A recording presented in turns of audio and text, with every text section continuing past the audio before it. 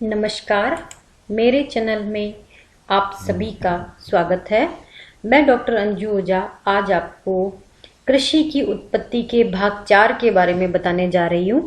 इसके पूर्व के वीडियो में हमने कृषि की उत्पत्ति के भाग 3 के बारे में अध्ययन किया, जिसमें हमने पशुपालन के बारे में अध्ययन किया था। आज हम यहाँ अध्ययन करने जा रहे हैं फसलों के उपजाने की क्रिया का विस्फुरण और पशुचारण का विस्तार के बारे में अध्ययन करेंगे। विभिन्न पुरातात्विक स्थलों से उपलब्ध प्रमाणों के आधार पर कृषि के आरंभ होने एवं फसलों के विस्फुरण की एक धुंधली तस्वीर प्रकट होती है। यानी विभिन्न प्रमाणों के आधार पर कृषि कब आरंभ हुई और फसलों का विस्तार किस तरह से हुआ, उसकी एक धुंधली सी तस्वीर हमें दिखाई देती है।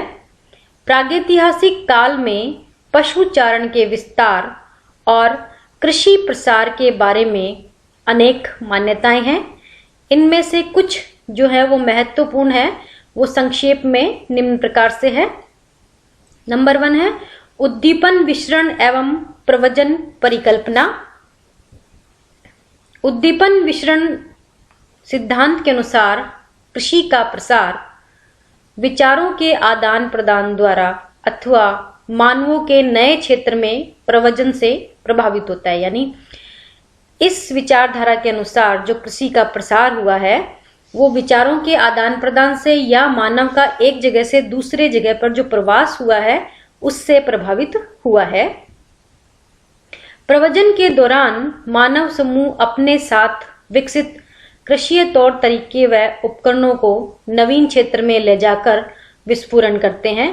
तो जब मनुष्य एक स्थान से दूसरे स्थान पर स्थानांतरित होता है तो वो अपने साथ में पुराने जगह की जो तौर तरीके या उपकरण हैं उनको नए स्थान पर ले जाता है, जिससे उनका विकास दूसरी जगह पर भी होता है। जौहरी के अनुसार निकट पूर्व में प्रकट उपजों के अनेक संयोजन यूरोप, नील नदी की घाटी, मध्य एशिया, सिंधु घाटी और गंगा के मैदान की कृषि पद्धति का आधार बने हैं। फसलों का संयोजन और फसल उपज की पद्धति इन क्षेत्रों में अपेक्षाकृत तीव्र गति से स्थापित हुई है। तो यहाँ पर इन क्षेत्रों में क्या हुआ है, फसलों का संयोजन और फसल उपज की जो पद्धति है उसका विस्तार तीव्र गति से हुआ है। गेहूं, जौ, दालों व फ्लैक्स की कृषि यूनान व क्रीट में 8000 बीपी में शुरू हुई और 7000 बीपी तक वह डैन्यूब, नील घाटी, कैस्पियन सागर तट व सिंधु घाटी तक जा पहुंची। तो इस तरह से जो है इनका विस्तार हुआ है। 5000 बीपी तक कृषि यूरोप महाद्वीप के ब्रिटेन व स्वीडन जैसे दूरगामी क्षेत्रों में भी प्रारंभ हो चुकी थी। तो जब 5000 बीपी की बात करें तो वहां पर उस समय क्या हुआ, कृषि यूरोप महाद्वीप के ब्रिटेन और स्वीडन तक जैसे जो दूरगामी क्षेत्र थे वहां पर भी प्रारंभ हो गई थी।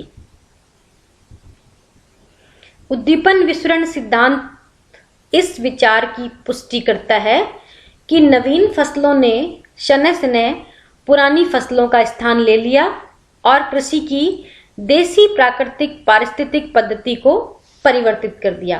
तो इस सिद्धांत के अनुसार क्या था कि जैसे ही नवीन फसलों का विकास हुआ उन नवीन फसलों ने पुरानी फसलों का स्थान ले लिया।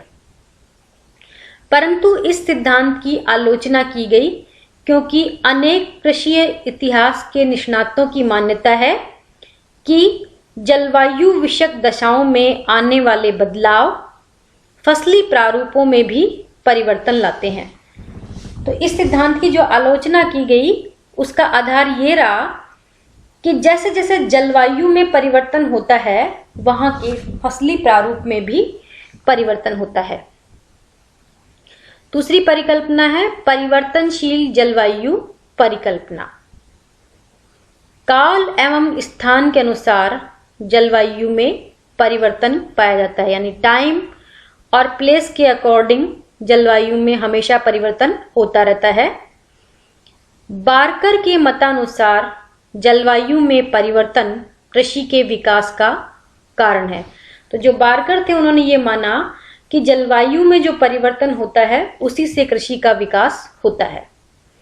यायावर आखेटक और खाद्य सामग्री संग्रहणकर्ता अधिक शीत, गर्म व आर्द्र क्षेत्रों से समतापक्रम वाले शीतोष्ण जलवायु क्षेत्रों में चले जाते हैं। तो जो घुमंतु होते हैं या आखेटक होते हैं या जो खाद्य सामग्री संग्रहित करते हैं वो अधिक सर्दी में गर्म व जो आर्द्र क्षेत्र होते हैं या समान तापमान वाले क्षेत्र होते हैं वहां मूव कर जाते हैं।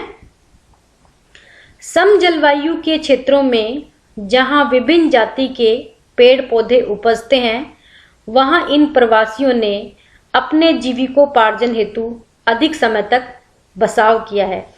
ऐसे सम जलवायु के क्षेत्र जहां पर विभिन्न प्रकार के पेड़ पौधे होते हैं वहां पर इन लोगों ने क्या किया है कि इन प्रवासियों ने वहां बहुत समय तक स्टे किया है और उसके बाद में वहां बसाव किया है और अपने जीविकोपार्जन के साधन वहां उत्पन्न किए हैं।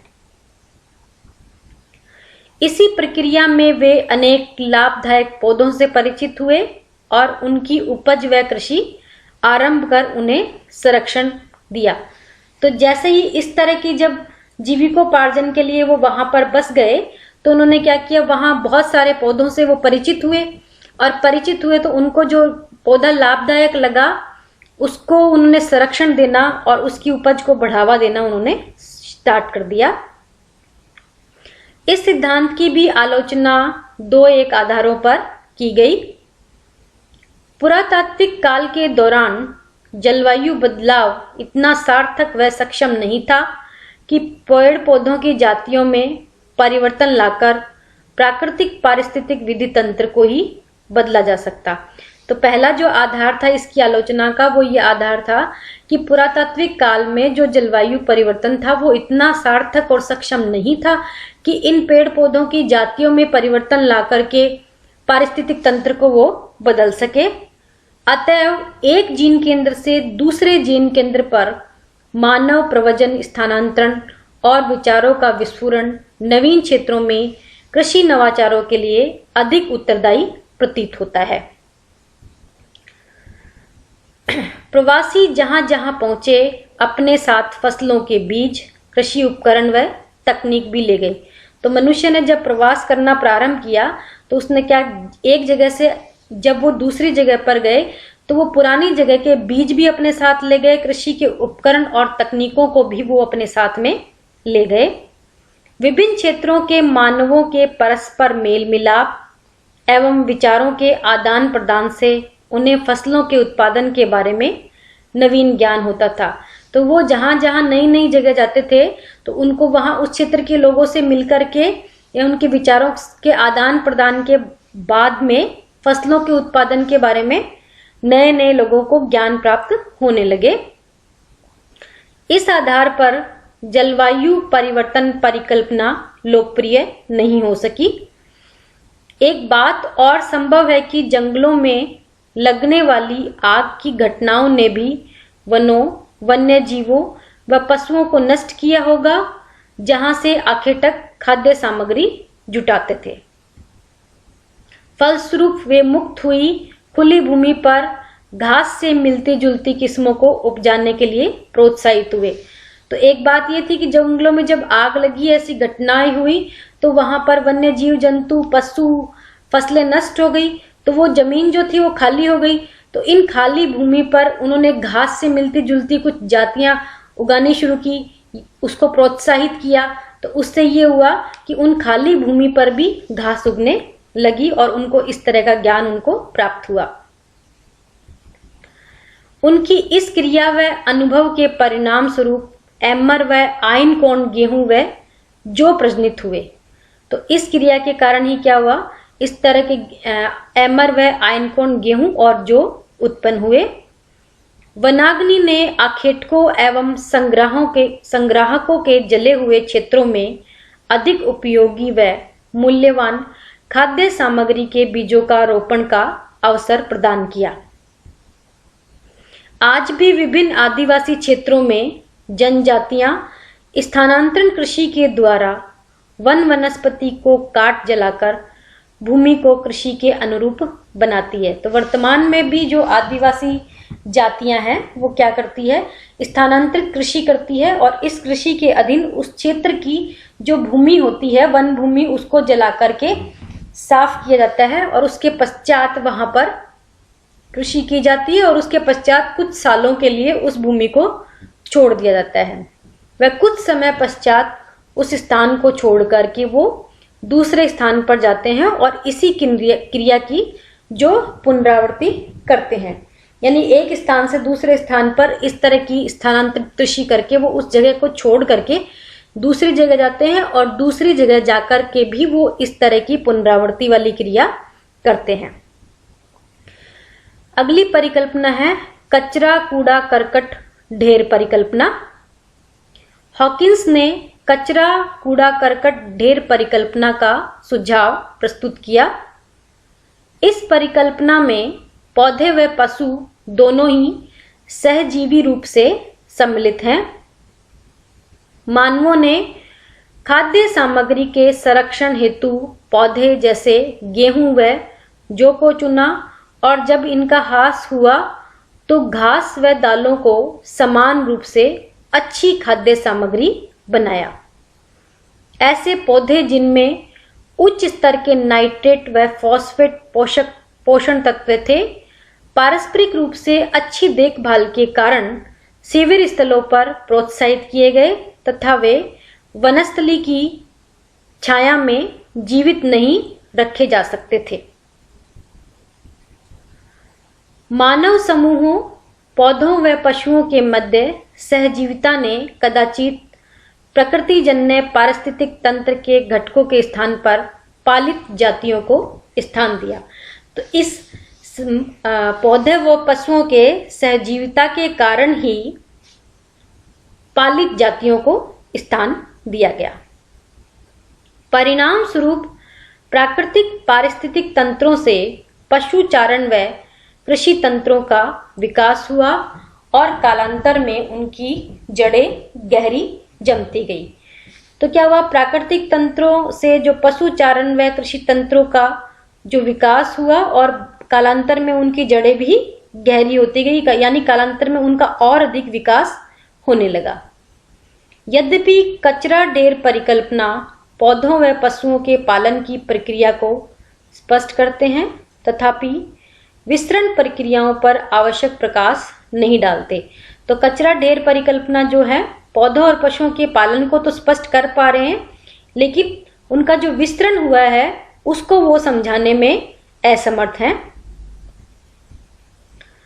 प्रवचनकर्ता आखेटकों व संग्राहकों के विचारों के प्रत्यक्ष आदान प्रदान ने संभवतः विभिन्न क्षेत्रों के जीन केंद्रों से जुड़े निवासियों के पालन द्वारा खाद्य उत्पादन की नवीन तकनीक अपनाने के लिए प्रोत्साहन दिया प्रतीत होता है। जलवायु परिवर्तन का प्रधान कारक भी आदिकालीन आखेटकों को उनके आवास कैंपों के समीप उपयुक्त स्थलों पर कृषि आरंभ करने में मुख्य भूमिका अदा करता है। तो जो जलवायु परिवर्तन है वो आदिकालीन जो आखेट थे उनके आवास कैंप यानी कि जहां वो रहते थे के समीप जो उपयुक्त स्थल थे वहां पर कृषि का विकास किस तरह से हुआ है इसको करने में मुख्य भूमिका उन्होंने अदा की है। इसी के साथ ये विषय यहीं पर समाप्त होता है और इस स्लाइड पर इस विषय से संबंधित या कृषि भूगोल से संबंधित आप किसी भी विषय का विस्तृत अध्ययन करना चाहें तो यहाँ पर ये बुक रेफरेंस दिया गया है या पुस्तक संदर्भ यहाँ पर दिया गया है। अंत में आप सभी का धन्यवाद। मेरे चैनल को लाइक एवं सब्सक्राइब करना ना भूलें और कृषि भूगोल की उत्पत्ति से संबंधित विषय को समझने के लिए इस विषय से जुड़े हुए सभी वीडियो का आप विस्तृत अध्ययन अवश्य करें। अंत में आप सभी का धन्यवाद।